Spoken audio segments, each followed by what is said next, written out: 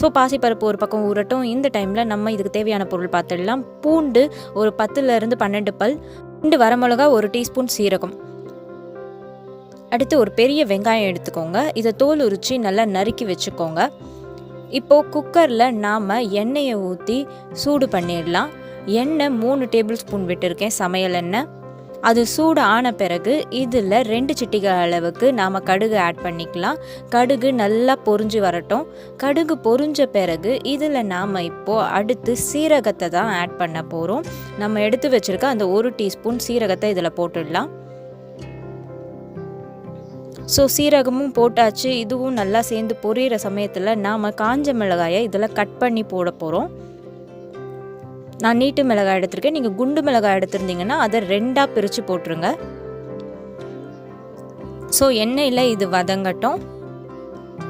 இதே சமயத்தில் நாம் பூண்டு